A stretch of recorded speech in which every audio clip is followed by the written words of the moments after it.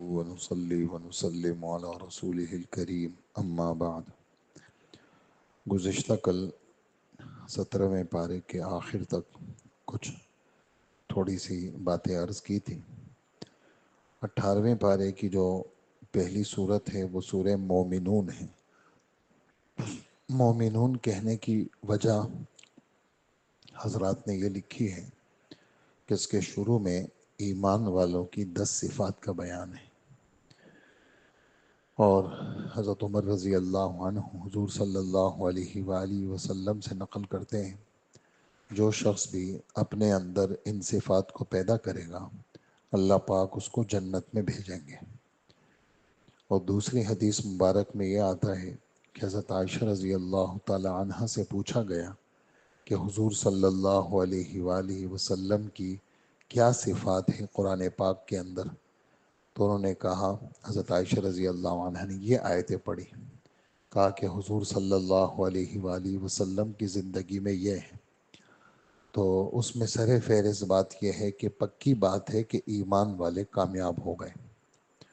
تو یہ جو فلاح کا لفظ ہے، فلاح کا لفظ ہے، فا لام ہا، یہ ایک ایسا جامع لفظ ہے، اس لیے کہ دنیا کے اندر یہ فلاح نہیں ہو سکتی، اس لیے کہ فلاح اس کامیابی کو کہتے ہیں جس کے بعد ناکامی کا کوئی تصور ہی نہ ہو۔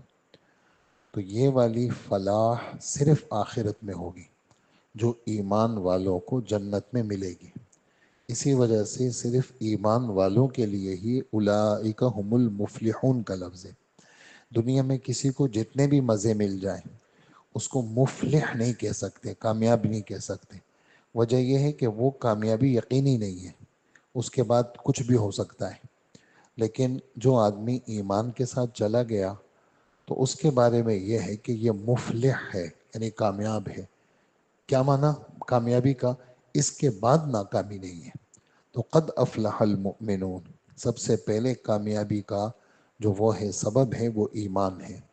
اور ایمان کی حفاظت کس سے ہوگی؟ الذین هم فی صلاتہم خاشعون، نماز کے اندر دھیان، دو لفظ آتے ہیں، خشوع اور خضوع۔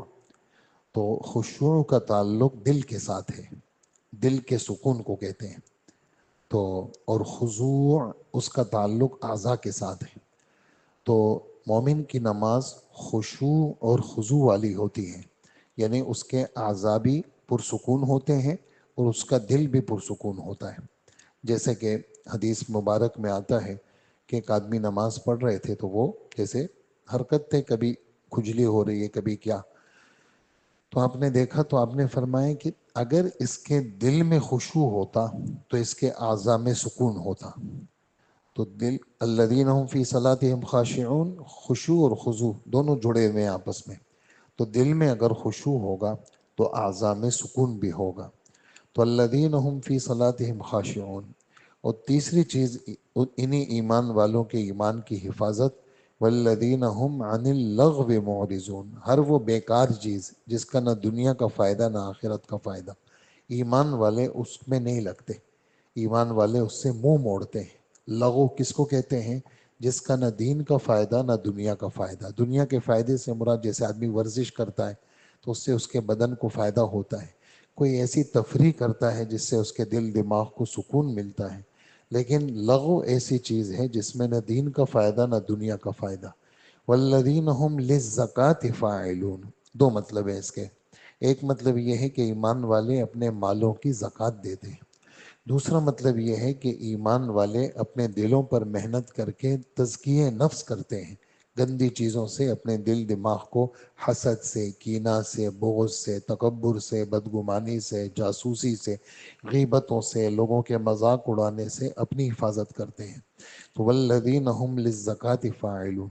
اسی طرح پانچویں صفت یہ فرما رہے ہیں کہ والذین هم لفروجہم حافظون، یہ اپنے شرمگاہوں کی حفاظت کرتے ہیں، بے محل اپنی شہوتوں کو پورا نہیں کرتے، بلکہ جو حلال راستے ہیں انہی حلال راستوں کو اختیار کرتے ہیں، اور اس کے علاوہ اگر کوئی حلال راستوں کو چھوڑے گا اور حرام کاری میں پڑے گا تو یہ حد سے آگے بڑھنے والے ہیں۔ اسی طرح ایمان والوں کی ایک صفت کہ امانتوں کا خیال رکھتے ہیں۔ امانت سے صرف مالی امانت مراد نہیں ہے، مالی امانت کہ بھئی کسی نے پیسے دے دیا، کوئی چیز دے دی، بس اس کا خیال رکھنا، بلکہ یہ پورا دین امانت ہے۔ پورا دین کیا ہے؟ امانت ہے، اللہ پاک نے دیا ہے۔ تو ویسے امانت کا اطلاق ظاہری امانتوں پر ہوتا ہے۔ اسی طرح یہ ایمان والے جب کسی کے ساتھ قول و قرار کرتے ہیں، کوئی وعدہ کرتے ہیں، کوئی عہد کرتے ہیں، تو اس کا بھی کیا کرتے ہیں؟ لحاظ رکھتے ہیں۔ حدیث مبارک میں آتا ہے کہ کل قیامت کے دن یعنی جو بھی عہد کو توڑنے والا بندہ ہوگا، تو ہر عہد کو توڑنے والا بندہ اس کے پشت پر یعنی اس کے سرین کے اوپر ایک جھنڈا لگایا جائے گا، اور لوگ دور سے دیکھیں گے بھئی یہ کون ہے؟ کہ یہ وہ ہے جس نے وعدہ کر کے وعدے کو توڑا، اور عہد کر کے عہد شکن ہے، یہ باغی قسم کا آدمی ہے، یہ اس کی بغاوت کی نشانی ہے۔ اور ایک صفت ایمان والوں کی یہ ہے کہ ایمان والے نمازوں میں دھیان یہ الگ چیز ہے، اور نمازوں کے اوقات کی رعایت کرنا یہ الگ چیز ہے۔ والذین هم علی صلواتہم یحافظون، ایمان والے اپنے نمازوں کی حفاظت کرتے ہیں، یعنی اوقات کا خیال رکھتے ہیں۔ اوقات کے خیال میں یہ ہے کہ وقت پہ پڑھتے ہیں، اوقات کا خیال یہ ہے کہ جماعت کے ساتھ پڑھتے ہیں، اوقات کا خیال یہ ہے کہ تعداد پوری کرتے ہیں، نمازوں میں ڈنڈیاں نہیں مارتے۔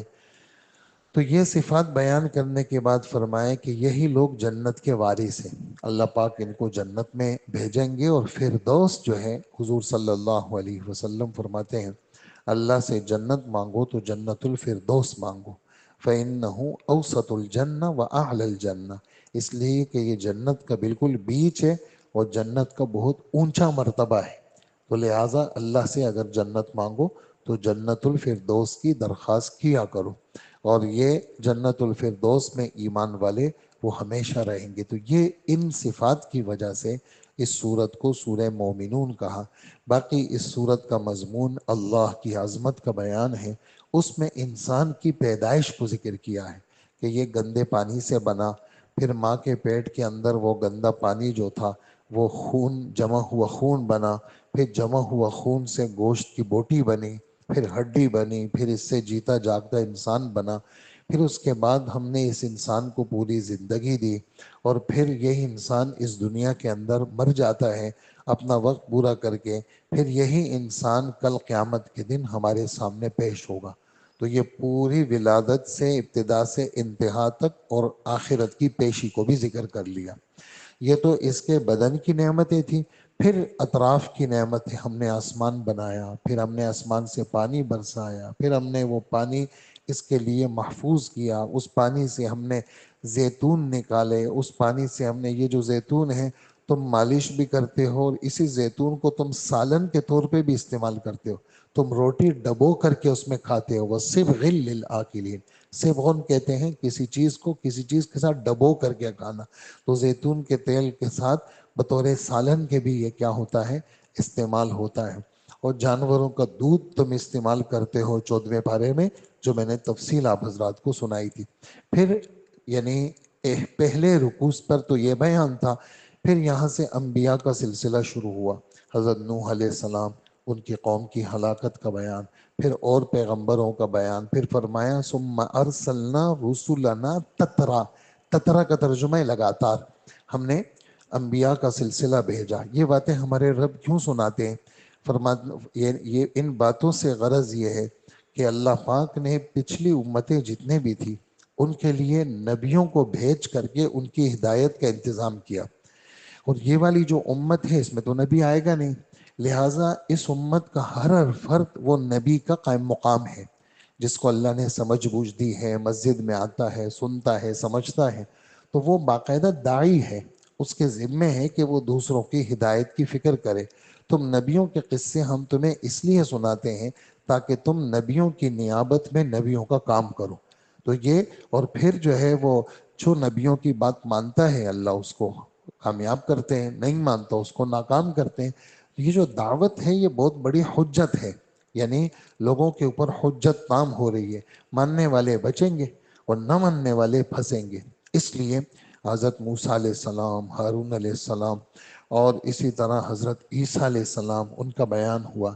پھر حلال کے استعمال کا حکم نبیوں کو بھی ملا، اور اسی طرح حلال کے استعمال کا حکم وہ ایمان والوں کو بھی ملا، اور اسی طرح یہ سلسلہ جو ہے وہ چلتا چلتا نبوت اور رسالت کو بیان کرتے کرتے ہمارے رب نے پھر پورے ایک رکوع میں اپنی عظمت اور اپنی بڑائی کو بیان کرتے ہوئے پھر آخرت کو بیان کیا۔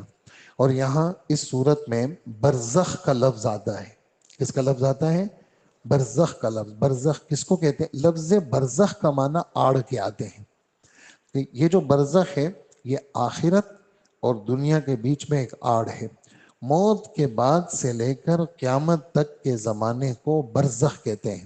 ایک تھا عالم ارواح جہاں پر روحوں کو جمع کیا تھا، یہ ہے عالم دنیا، عالم شہود، ہمیں نظر آتی ہے چیزیں، اور ایک ہے عالم برزخ، موت کے بعد، قیامت کے دن سے پہلے وہ جو مقام ہے اس کو برزخ کہتے ہیں۔ اور برزخ کے اندر اللہ جل جلالہ نے، یعنی بندہ مکلف نہیں ہے، یعنی نمازوں کا، روزوں کا، زکوٰۃ کا پابند نہیں ہے، لیکن برزخ والی زندگی میں اس کی روح کا اس کے بدن کے ساتھ کنیکشن ضرور ہے، جبھی اسی وجہ سے اس سے سوال و جواب ہوتے ہیں۔ اور یہ جو قبر میں اچھی حالت ہوتی ہے یا بری حالت ہوتی ہے، اس سے جس طرح اس کی روح متاثر ہوتی ہے اس کا بدن بھی متاثر ہوتا ہے۔ اگرچہ کبھی کبھار اللہ دکھا دیتے ہیں، اکثر نہیں دکھاتے، لوگ تو دیکھتے ہیں بھئی یہ مردہ ہے، کچھ بھی نہیں ہے، لیکن کبھی کبھار اللہ جل جلالہ اس طرح کی چیزیں کچھ لوگوں کو دکھا بھی دیتے ہیں، اور اکثر اللہ پاک یہ چیزیں نہیں دکھاتے۔ لیکن سچے نبی نے یہ خبر دی ہے کہ موت کے بعد جو برزخ والی زندگی ہے اس میں جو بھی اچھی یا بری حالت ہوتی ہے وہ بدن اور روح دونوں پر ہوتی ہے، بدن اور روح دونوں پر ہوتی ہے۔ دنیا کے اندر بدن جلدی متاثر ہوتا ہے، روح دیر سے متاثر ہوتی ہے۔ دنیا کے اندر بدن جلدی متاثر ہوتا ہے، روح دیر سے متاثر ہوتی ہے۔ اور جو ہے وہ آخرت کے اندر جب برزخ شروع ہو جائے گا تو پھر اس کی روح جلدی متاثر ہوگی، اور بدن چونکہ ہمیں نظر نہیں آتا لیکن سچے نبی نے خبر دی ہے تو بدن بھی کیا ہوتا ہے؟ وہ متاثر ہوتا ہے، جو حدیث میں جس کی تفصیل ہے۔ تو برزخ کا لفظ جو ہے وہ قرآن پاک میں جو برزخ کا بیان ہے، احادیث میں جو اس کی تفصیل ہے وہ یہاں 18ویں پارے سورہ مومنون میں بیان ہوا۔ پھر یہ جو آخری اس کی 4 آیتیں ہیں، افحسبتم سے، یہ آیتیں یاد کرنے کے قابل ہیں، منزل میں بھی ہیں، مومن کے ہتھیار میں بھی ہے۔ یہ آیتیں حضرت عبداللہ بن مسعود رضی اللہ عنہ کے پاس ایک بندہ آیا، کوئی شکایت کی تو حضرت نے دم کر کے اس کے کان میں پھونکا، تو حضور صلی اللہ علیہ وسلم نے پوچھا عبداللہ کیا پڑھا تم نے؟ انہوں نے کہا یہ پڑھا۔ انہوں نے کہا یہ اتنی جاندار آیتیں ہیں کہ اگر کوئی پہاڑ پر بھی پڑھ دے تو پہاڑ بھی دب جائے، اتنا زور ہے ان آیتوں کے اندر۔ اور یہ آیتیں ایسی آیتیں ہیں کہ اس کا آدمی کو پابند رہنا چاہیے، اس لیے کہ جو جنات ہیں یہ ہر وقت جو ہے نا وہ پاگلوں کی طرح پھرتے رہتے ہیں۔ پاگلوں کی طرح میں نے کیوں کہا؟ اس لیے کہ حضور صلی اللہ علیہ وآلہ وسلم فرماتے ہیں کہ جب مغرب ڈوب جائے سورج، بچوں کو باہر مت چھوڑو، اس لیے کہ یہ شیاطین جو ہے نا پھیل جاتے ہیں اور یہ چھوٹے چھوٹے بچوں پہ حملہ کرتے ہیں، پکڑتے ہیں، دبوچتے ہیں۔ آدمی تھوڑا سا غافل ہوا، بسم اللہ نہیں پڑھی، اعوذ باللہ نہیں پڑھی، کچھ بھی نہیں پڑھا، تو ایک دم اٹیک کرتے ہیں یہ لوگ۔ تو یہ جو آیتیں ہیں، جنات کے چھیڑ سے بچنے کے لیے ان آیتوں میں بڑی تاثیر ہے۔ کیا کہا میں نے؟ جنات کے چھیڑ چھاڑ ہوتی ہے نا، جنات چھیڑتے ہیں، آدمی ٹھیک ٹھاک بندے اچانک جو ہے نا پریشانی آ گئی، گلا دب رہا ہے اور منہ ٹیڑھا ہو رہے ہیں، حالانکہ کچھ بھی نہیں ہے، بلڈ پریشر بھی صحیح ہے، شوگر بھی صحیح ہے، سب صحیح ہے، لیکن آدمی ایک دم ادھر ادھر ہو جاتا ہے۔ اس لیے کہتے ہیں معمولات کو حقیر نہ سمجھے۔ کیا کہا میں نے؟ معمولات، یہ جو مومن کا ہتھیار ہے، یہ کہتے ہیں یار چھوڑو بس بعد میں دیکھیں گے، نہیں، اس کو پڑھنا چاہیے۔ آدمی جو ہے نا سستی اور غفلت کا مظاہرہ نہ کرے، اس لیے کہ برے وقت کا پتہ نہیں چلتا کس وقت جو ہے نا کون سی چیز اٹیک کر جائے۔ تو یہ جو افحسبتم والی آیتیں ہیں یہ ہمیں یاد ہونی چاہیے، سورہ مومنون کی آیتیں۔ بات ختم ہو گئی۔ اگلی سورت سورہ نور ہے۔ نور اس لیے کہا کہ اس میں ایک آیت ہے، اللہ نور السماوات والارض، اللہ آسمان اور زمین کو نور ہدایت سے منور کرنے والے ہیں۔ اور یہ پوری دنیا میں جو کچھ نظر آ رہا ہے یہ اللہ کا نور کا کرشمہ ہے، اور جو ہے وہ اللہ ہی نے نبیوں کے ذریعے سے یہ نور بھیجا ہے۔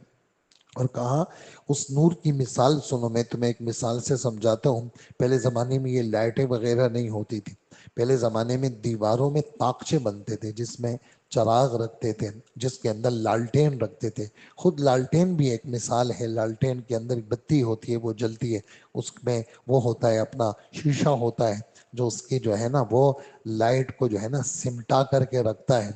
تو فرمائے مثل نورہ کمشکات فیہا مصباح، مشکات، مشکات کا ترجمہ کیا ہے؟ دیوار کے اندر بنا ہوا طاقچہ، اور مصباح چراغ کو کہتے ہیں۔ اور یہ چراغ خالی چراغ نہیں ہے بلکہ یہ شیشے کے اندر ہے۔ المصباح فی زجاجہ، زجاجہ شیشے کو کہتے ہیں، جیسے لالٹین اور لیمپ وغیرہ میں جو وہ ہوتا ہے شیشہ ہوتا ہے، کہا وہ شیشے میں ہوتا ہے۔ المصباح فی زجاجہ، الزجاجہ، اور یہ جو شیشہ ہے یہ عام شیشہ نہیں ہے، بہت شاندار شیشہ ہے۔ کانہا کوکب دری، چمکتے دمکتے ستارے کی طرح ہے۔ اچھا یہ جو چراغ ہے اس میں جو جلنے والا تیل ہے یہ کون سا تیل ہے؟ کہا جی یہ زیتون کا تیل ہے۔ زیتون کا تیل کی خاصیت کیا ہے؟ کہا زیتون کا تیل ایسا درخت ہے، اس میں سورج کی کرنیں ابتدا سے لے کر انتہا تک پڑتی ہے، اور جس درخت کے اوپر سورج کی کرنیں شروع سے اخیر تک پڑتی ہے اس کا تیل بڑا اچھا ہوتا ہے، جس کو یہ لوگ ایکسٹرا ورجن کہتے ہیں، اور بہت اچھا تیل ہوتا ہے۔ تو اس میں جو چیز جیسے جو چراغ جلتا ہے تو اس کی آنچ کیا ہوتی ہے، اس کی چمک بڑی صاف شفاف ہوتی ہے، اس میں دھواں نہیں ہوتا۔ تو ہمارے رب فرماتے ہیں کہ یہ اس کو یوں سمجھو جس طرح آسمان سے اللہ نے کلمے کو اتارا، حضور صلی اللہ علیہ وآلہ وسلم کا سینہ مبارک، اور پھر مومن کے دلوں کے اندر یہ کلمہ آتا ہے، تو یہ جو روشنی ہے یہ ایمان کی روشنی ہے۔ اور جس طرح طاقچے کے اندر یہ چراغ ہے اور جو ہے نا وہ شیشے کے اندر ہے، اور جیسے اس کی روشنی اگر جو ہے نا جیسے کوئی چراغ کو یہاں رکھ دو تو اس کی روشنی یوں بکھر جائے گی، بکھری ہوئی روشنی ہوگی، لیکن جب اس میں ہوگا طاقچے میں ہوگا تو سمٹی ہوئی روشنی ہوگی، اور ایک جگہ اس کی آنچ اور چمک ایک جگہ پہنچے گی۔ تو اللہ جل جلالہ فرماتے ہیں کہ یہ نور ہدایت ایمان والے کے دل میں جب نازل ہو جاتا ہے تو اس کا دل چمکدار ہو جاتا ہے، اور سنت کی روشنی کے ساتھ اس کی چمک اور بڑھ جاتی ہے۔ اور اللہ جل جلالہ جس طرح وہ شیشہ صاف ہوتا ہے ایسے ہی ایمان والے کا دل گناہوں سے کیا ہو جاتا ہے، وہ صاف ستھرا ہو جاتا ہے۔ تو یہ مثال ہمارے رب فرماتے ہیں، یہ مثال میں لوگوں کو دیتا ہوں، یہ مثال کہ نور ہدایت کی وجہ سے جس طرح یہ چراغ اور اس کا تیل اور اس کی یہ چمک دمک، ایسے ہی ایمان کے انوار و برکات مومن کے دل میں اللہ پاک نازل کرتے ہیں، اور اس کا نور اعمال صالحہ کی برکت سے وہ مزید تیز ہوتا چلا جاتا ہے۔ لیکن یہ تیز کہاں ہوگا؟ اس کے ساتھ ہی آیت ہے فی بیوتن، وہ ان گھروں سے ملے گا، ان گھروں سے ملے گا جن گھروں کے ادب کا حکم ہے۔ اجی کون سے گھر ہیں وہ؟ کہ وہ مسجدیں ہیں۔ فی بیوتن اذن اللہ ان ترفع، اور ان گھروں میں اللہ کا نام زیادہ لیا جاتا ہے۔ اور حاضری کون دیتے ہیں؟ کہ ایسے مرد حاضری دیتے ہیں کہ جن کو تجارت اور دنیا کی چیزیں ان کو اللہ کی یاد سے غافل نہیں کرتی، اور انہی گھروں میں بیٹھ کر کے ان کو خوف خدا ملتا ہے کہ اللہ کے پاس حاضری دینے سے ان کے دل کیا رہتے ہیں؟ وہ ڈرے رہتے ہیں، سہمے رہتے ہیں۔ تو اس آیت نور کی وجہ سے اس پوری سورت کا نام کیا رکھا؟ سورہ نور رکھا۔ یہ تو وجہ تسمیہ ہو گئی، اس آیت کی تشریح ہو گئی۔ باقی اس آیت کا موضوع کیا ہے، یعنی اس سورت کا موضوع کیا ہے؟ اس سورت کا موضوع انسداد فواحش، بے حیائی کی روک تھام۔ ایمان والوں کی صفت ابھی آپ نے پڑھی، وہ بے حیائی سے اپنی حفاظت کرتے ہیں، تو اس صورت میں اسی کا ذکر ہے۔ اور سب سے پہلے بدکاری کی سزا کا بیان ہے۔ بدکاری کی 15ویں پارے میں فرمایا بدکاری کے قریب نہیں جانا، اور یہاں کہا کہ اگر غیر شادی شدہ مرد عورت ایسا کریں گے تو اے حاکموں ان کو 100 کوڑے لگانا، لیکن اندر بند کمرے میں نہیں بلکہ کھلی جگہ پہ لگانا، تاکہ لوگ دیکھیں اور عبرت پکڑیں اسے۔ اور اگر شادی شدہ یہ کام کرے تو اس کی سزا حدیث مبارک میں ہے، آیت اتری تھی لیکن اس کی تلاوت منسوخ ہے، لیکن حکم باقی ہے، اس لیے کہ حضور نے خود عمل کر کے دکھایا ہے کہ شادی شدہ مرد عورت ایسی کوئی کرے تو اس کو پتھر مار مار کے سنسار کیا جائے۔ اسی طرح یہ اتنا گھناؤنا جرم ہے کہ اس کا یہ فعل یہ بھی برا، اور کسی پاک مرد عورت پہ اس کا الزام لگانا یہ بھی برا۔ کوئی ایسا الزام لگائے گا تو اس الزام لگانے والے مرد یا عورت کو جو ہے نا، مرد اگر ہے تو اس کو 80 کوڑے لگیں گے، اور ہمیشہ کے لیے وہ اگر کہیں گواہ بننا چاہے گا تو اس کی گواہی بھی قبول نہیں ہوگی۔ تو اس طرح یعنی اس کا یعنی الزام تراشی، اس کو قذف کہتے ہیں۔ قذف مانے کسی پر الزام لگانا۔ اسی طرح حضرت عائشہ رضی اللہ عنہا سن 6 ہجری میں ایک سفر میں ساتھ تھی، اور اماں جان کا ہار کھو گیا، اور اس میں ان کو استنجے میں اور ہار ڈھونڈنے میں ٹوٹ گیا، اس میں سمیٹنے میں دیر لگی، اندھیرا تھا رات کو، اور جب یہ واپس پہنچی تو قافلہ جا چکا تھا، اور کہتی ہیں کہ ہم لوگوں کا بدن موٹا نہیں تھا کہ وہ ڈولی اٹھانے والوں کو پتہ چلتا، ہمارے بدن تو ہلکے پھلکے تھے، انہوں نے سمجھا کہ میں موجود ہوں، اور وہ ڈولی کو لپیٹ کر کے سواری پہ رکھا اور چلے گئے۔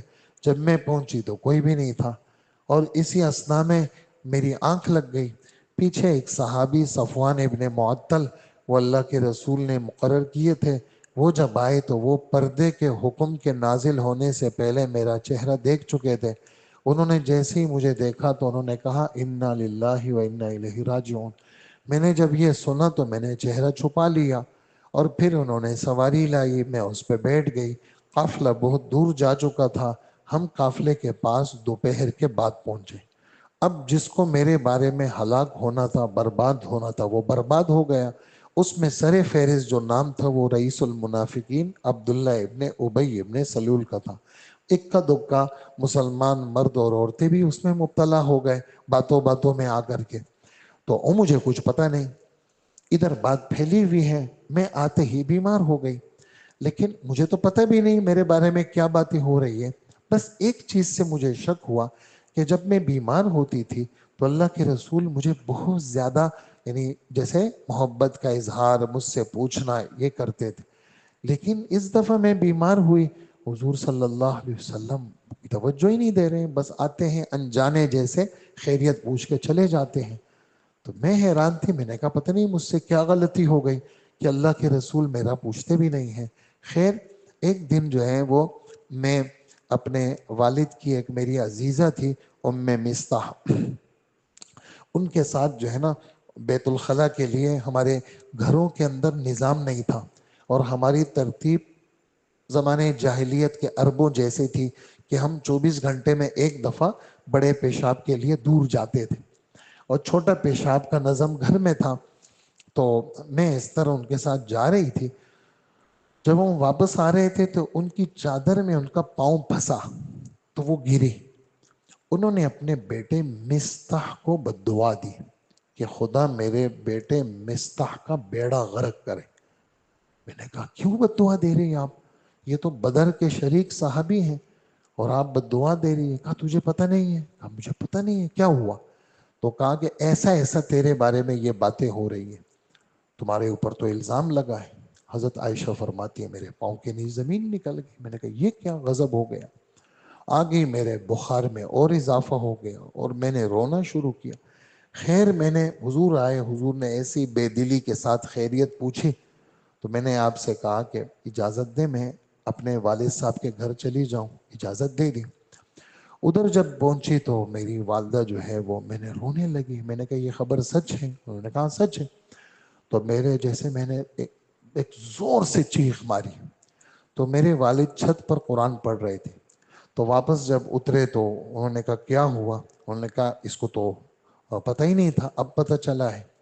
تو میری ماں نے مجھ سے کہا کہ بیٹا تم جو ہے وہ تسلی رکھو، جو بیوی اپنے شوہر کو اچھی لگتی ہے تو اس سے جلنے والے لوگ بہت سارے ہوتے ہیں. تو لہٰذا تو حسد کا شکار ہو گئی ہے، تو کیا کر، تو صبر کر. اور جو ہے وہ اس پر جو ہے وہ ایک جملہ وہ میں نے نوٹ کیا ہوا ہے، بخاری شریف میں چھوٹا سا ٹکڑا ہے. حضرت ابو بکر رضی اللہ تعالی عنہ نے کہا کہ بیٹا میں تمہیں خدا کا واسطہ دیتا ہوں، تیرا گھر اب یہ نہیں ہے، تیرا گھر تو وہی ہے. تو اپنے گھر چلی جا اور تو یہاں نہیں رہے گی اب. ایسا نہیں ہے کہ تو سمجھے مجھ پہ جھوٹے الزام لگائے اور کیوں لگا ہے، میں یہاں رہوں گی. نہیں، تجھے گھر جانا ہے واپس. تو مطلب اس میں ہم سب کے لیے سبق ہے. ہم لوگ تھوڑی تھوڑی باتوں پہ بیٹیوں کو بٹھا دیتے ہیں اور ہم کہتے ہیں نہیں میں پال سکتا ہوں. بیٹیوں کو پال سکتے ہیں آپ، بڑے پیسے والے آدمی آپ، لیکن شادی کے بعد بیٹی کا گھر تو وہی ہے. آدمی کو نبھانا چاہیے، کوشش کرنی چاہیے، سمجھانا چاہیے، سامنے حالات دیکھنے چاہیے. اس طرح گھر میں بٹھانا، بچوں کو چھین لینا، ایسے ایسے واقعات آ رہے ہیں سامنے کہ چھوٹے چھوٹے معصوم بچے، یعنی انتقال ہو گیا شوہر کا اور چھوٹے 3 بچے، بالکل گود کا بچہ، مہینے کا بچہ، وہ بھی لے لیا. اور جناب جو ہے نا ایک دوسرا بیٹا بھی لے لیا، تھوڑی سی بڑی بچی تھی وہ بھی لے لی، تینوں، اور اس کو ماں کے گھر بھیج دی. شوہر کا انتقال ہوا اور کہا کہ تم نے جو ہے نا دیور سے شادی کرنی ہے. اس نے کہا میں نے نہیں کرنی اس سے شادی. تو نہیں کرنی ہے تو بس ہمارے بچے ہم تم سے لے لیں گے. تو زمانے جاہلیت تو تھی کسی زمانے میں، لیکن آج بھی نئی نئی جاہلیت. ہاں نہیں نہیں، مسجدوں میں بیٹھتے نہیں ہیں، صحبتوں میں آتے نہیں ہیں، تبلیغ میں جاتے نہیں ہیں، کسی اللہ والے کی محفل میں جمعے میں آتے نہیں ہیں، نہ خود مطالعہ کرتے ہیں. ایک موبائل ہے اور ایک نوکری ہے اور کچھ بھی نہیں ہے ان کو، نہ آسمانی عقل ہے نہ زمینی عقل ہے، بالکل درندوں کی طرح. اور ظالم بن کر کے چھوٹے چھوٹے معصوم بچوں کو بیٹیوں سے چھین لیتے ہیں اور ان کو اپنے پاس بٹھا لیتے ہیں، بچوں کو وہاں بھیج دیتے ہیں. یہ ظلم کا ایک بازار گرم ہے. تو یہ سلسلے چل رہے ہیں. تو حضرت ابو بکر نے کہا بیٹا تمہارا یہ گھر نہیں ہے، تمہارا تو وہی گھر ہے. خیر کہنے لگی کہ وہ پورے دن پوری رات گزری.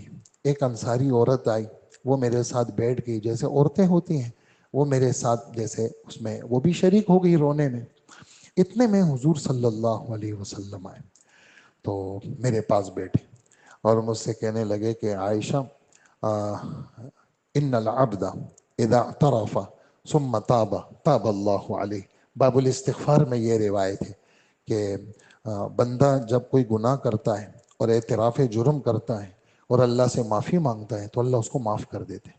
کہتے ہیں حضور جب میرے پاس بیٹھے، اس پورے قصے میں حضور میرے پاس نہیں بیٹھے، دل آپ کا دکھا ہوا تھا اور آپ نے بات کو سچ سمجھ لیا تھا. تو اس سے پتہ چلتا ہے کہ آپ عالم الغیب نہیں تھے، ہوتے تو آپ کہہ دیتے کہ یہ جھوٹ ہے. تو حضور نے جب یہ بات کہی تو میرے آنسو رک گئے. میری ماں بیٹھی ہوئی ام رومان، میرے ابو بیٹھے ہوئے. میں نے کہا اماں آپ جواب دیں. کہنے لگا بیٹا میں کیا جواب دوں. حضرت ابو بکر کو میں نے کہا ابا آپ جواب دیں. اس نے کہا بیٹا میں کیا جواب دوں. روایتوں میں آتے ہیں حضرت ابو بکر نے یہ جملہ کہا کہ آسمان نیچے آ جائے زمین اوپر چلی جائے، ابو بکر کو جو بات معلوم نہیں ہے ابو بکر اپنی طرف سے کوئی بات نہیں کہے گا چاہے کوئی بھی ہو. تو کہا بیٹا میں کیا کروں. کہنے لگی میں تو لڑکی تھی، چھوٹی بچی کیا 6 سال کی عمر میں نکاح ہوا، 9 سال کی عمر میں رخصتی ہوئی اور چھوٹی سی 12-13 سال کی عمر ان کی. مدینہ منورہ آتے ہی 13-14 سال عمر. کہاں میں تو قرآن پاک بھی زیادہ نہیں جانتی تھی. اچھا اس دوران جو ہے وہ حضور صلی اللہ علیہ وسلم مشورے کر رہے ہیں. حضرت اسامہ سے مشورہ کیا جو حضور کے منہ بولے بیٹے کے بیٹے، اور اسامہ رنگ کے تھوڑے سے کالے تھے. اسامہ جب بچے تھے تو ناک بیتی تھی. تو کہا کہ عائشہ اسامہ سے محبت کرو. اچھا اسامہ مجھے اچھا لگتا ہے. تو حضرت عائشہ فرماتی ہیں حضور کے اس جملے کی وجہ سے مجھے اسامہ سے محبت ہو گئی. ہاں تو اسامہ سے پوچھا. اسامہ نے کہا کہ اللہ کے رسول میں جہاں تک جانتا ہوں آپ کے گھر والے بالکل پاک ہیں. اور اللہ کے رسول نے میری سوکنوں سے پوچھا. یہ موقع تھا کہ میری عزت کو گرا دیتے. تو اس میں جو سب سے زیادہ جیسے بالکل ٹکر والی تھی وہ حضور کی پھوپھی زاد حضرت زینب تھی. لیکن اللہ نے اس کو تقوی کی برکت سے بچا لیا اور اس نے کہا کہ اللہ کے رسول احمی سمعی و بصری، میں اپنے کان اور اپنی آنکھوں کی حفاظت کروں گی اور میں وہ جملے نہیں کہوں گی جس سے کسی کا دل دکھے. عائشہ اس کے بارے میں خیر کے علاوہ کچھ نہیں جانتی. گھر کی خادمہ سے پوچھا بریرہ تو بتا عائشہ کیسی ہے. اللہ اکبر. عائشہ بریرہ نے کہا عائشہ تو بھولی بالی ہے, آٹا گوندتی ہے, کوئی کام یاد آ جاتا ہے وہاں چلی جاتی ہے, بکری آتی ہے آٹا کھا لیتی. عائشہ تو سیدھی سادی ہے, اس کو تو آٹے کا بھی خیال نہیں ہے, اس کو تو آٹے کا ڈھنگ بھی نہیں آتا. اور تم کہتے ہو کہ عائشہ ہوشیار ہے, کوئی چالاک ہے. عائشہ چالاک نہیں ہے, عائشہ تو بہت نیک عورت ہے. بریرہ نے یہ جملے کہے تو حضور صلی اللہ علیہ وسلم بیٹھے ہوئے ہیں اور حضرت عائشہ رضی اللہ عنہ فرماتی میرے آنسو رک گئے. اب میں نے ابو کو کہا آپ جواب دیں, اماں آپ جواب دیں. یہ روایت امام بخاری نے 18 جگہ نقل کی ہے. کتنی جگہ؟ اللہ اکبر. تفصیل کے ساتھ. یہ جو میں آپ کو سنا رہا ہوں نا, چونکہ ہم بار بار پڑھاتے ہیں بار بار, تو اس لیے وجہ سے ہمیں اس کے اجزاء سارے یاد ہیں اور بڑا ایمان افروز واقعہ ہے. تو جواب دیں تو کسی نے کوئی جواب نہیں دیا. میں تو وہ تھی, بچی تھی, جاریتن لڑکی, حدیثت السن, 9 عمر. مجھے تو قرآن بھی زیادہ یاد نہیں تھا. اس گھبراہٹ میں مجھے حضرت یوسف علیہ السلام کے والد یعقوب علیہ السلام کا نام ہی بھول گیا. اور میں نے کہا میں نے کہا کہ واقعہ چونکہ اتنا زیادہ بیان ہو چکا ہے کہ تمہارے دل دماغ تمہارے خون میں مکس ہو چکا ہے. اب اگر میں اپنی صفائی پیش کروں تو تم لوگ میری بات مانو گے نہیں, اور میں اگر دوسری بات کہوں جو غلط ہے تو تم لوگ تسلیم کر لو گے. اور اللہ کو معلوم ہے کہ میں بالکل پاک ہوں. میں وہی کہوں گی جو یوسف کے ابا نے کہا. یعقوب کا نام بھول گئی. کیا کہوں گی؟ فصبر جمیل, ایسا صبر کروں گی جس میں شکوہ شکایت نہ ہو. اس لیے کہ معاملہ تو اللہ کی طرف سے آیا ہے اور تم سب ایک ہو گئے ہو اور میرا رب مجھے جانتا ہے. اور بس میں نے دیوار کی طرف منہ کر لیا. اور میں اتنی بزرگ نہیں تھی, میں اپنے آپ کو جانتی تھی کہ میں کیسی ہوں. اور میرے دل میں یہ تھا کہ اللہ پاک چپکے سے حضور کو بتا دیں گے. لیکن مجھے کیا معلوم تھا 10 آیتیں اتریں گی, 2 رکوع اتریں گے, قیامت تک پڑھے جائیں گے, قیامت تک لوگ میری برات کا اعلان قرآن میں نمازوں میں کریں گے. مجھے کیا معلوم تھا. بس تھوڑی دیر میں حضور پر کیفیت شروع ہو گئی, سردی لگنے لگی, اور پسینے, سخت سردی میں پسینے ٹپکتے تھے. اور بس وہ کیفیت جیسی ختم ہو گئی. حضور نے فرمایا ابشری یا عائشہ ام اللہ فقط برأک, عائشہ خوش ہو جاؤ, اللہ نے تیری برات کا اعلان کر دیا. اللہ اکبر. تو میری ماں مجھ سے کہنے لگی عائشہ اٹھو حضور کا شکریہ ادا کرو. میں نے کہا اللہ کی قسم کسی کا شکریہ ادا نہیں کروں گی. ہاں میں صرف اللہ کا شکر. تم لوگوں نے تو میری جان لے لی تھی, میرا تو خون خشک ہو گیا تھا. اب تم کہہ رہے ہو شکریہ ادا کرو, میں تو اللہ کے سوا کسی کا شکریہ ادا نہیں کروں. مولانا سلیم اللہ خان صاحب بخاری کی شرح میں ایک جملہ لکھتے ہیں, فرمایا یہ جملہ حضرت عائشہ کے ناز کا جملہ ہے, جس سے محبت ہوتی ہے. ہاں دشمن کا تو پتھر بھی گوارا, لیکن دوست کا پھول بھی گوارا نہیں ہوتا. تو یہ ناز کا جملہ ہے, دل میں بے شمار سینکڑوں نیاز جمع تھے. اور حضرت عائشہ رضی اللہ تعالی عنہ کی برات اللہ پاک نے نازل فرمائی, اور پھر ان لوگوں کو پھر کوڑے لگے, 80 کوڑے لگے, اچھے لوگ اس میں پھنس گئے. اور جو ہے نا اللہ پاک نے حضرت عائشہ رضی اللہ عنہ کی برات کا اعلان کیا. پورے 2 رکوع اس پر ہے. تو یہ یعنی اس میں ایمان والوں کو ترغیب ہے. دیکھو سنی سنائی باتوں کو آگے مت پھیلایا کرو. ایمان والو بدگمانیوں سے بچا کرو. ایمان والو اپنی زبانوں کا خیال رکھا کرو. ایمان والو بے حیائی کو فروغ مت دیا کرو. ایمان والو شیطان کے قدم بقدم مت چلا کرو.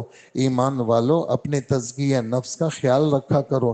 ابو بکر نے قسم کھا لی, چونکہ اس مستح نے میری بیٹی پر تہمت لگائی تھی, اور یہ راشن دیتے تھے, ان کو خرچہ کرتے تھے. قسم کھا لی کہ میں مستح پہ کوئی خرچ نہیں کروں گا. اللہ اکبر.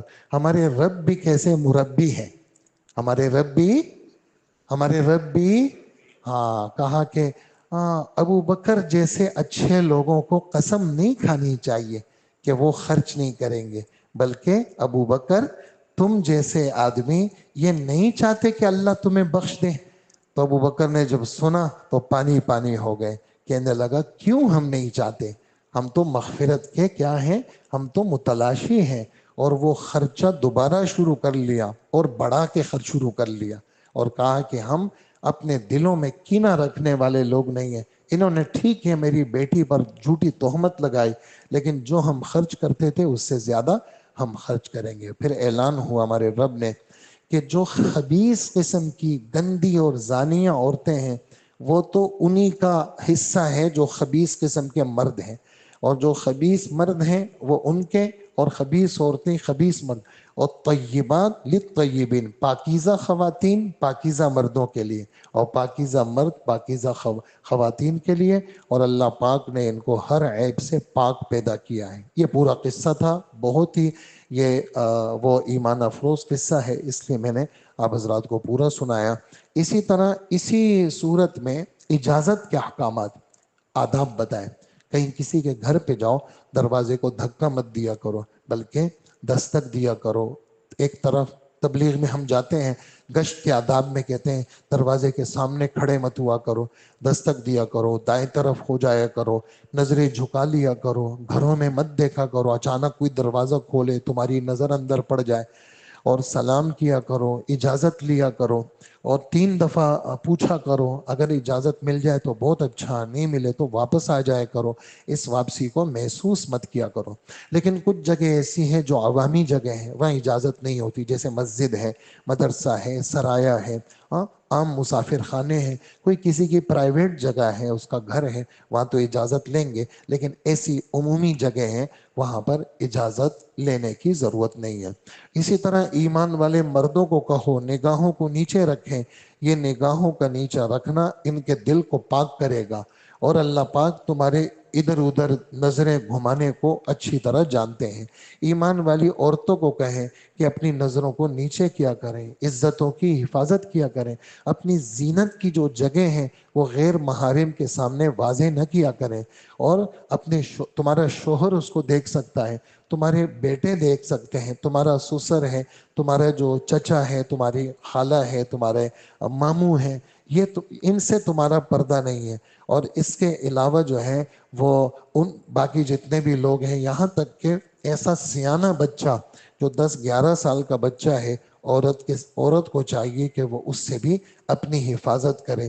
اور اسی طرح ایسے لوگ جو بظاہر لگتے ہیں کہ بھائی پاگل سے ہیں، دکان نہیں، ان سے بھی اپنی حفاظت کرو. جو خالص پاگل ہو، کہا کہ وہ تو ٹھیک ہے، ان سے تو پردہ نہیں ہے، لیکن جو کچھ نہ کچھ سمجھ بوجھ رکھتے ہوں ان کے سامنے آنے سے بھی پرہیز کرے.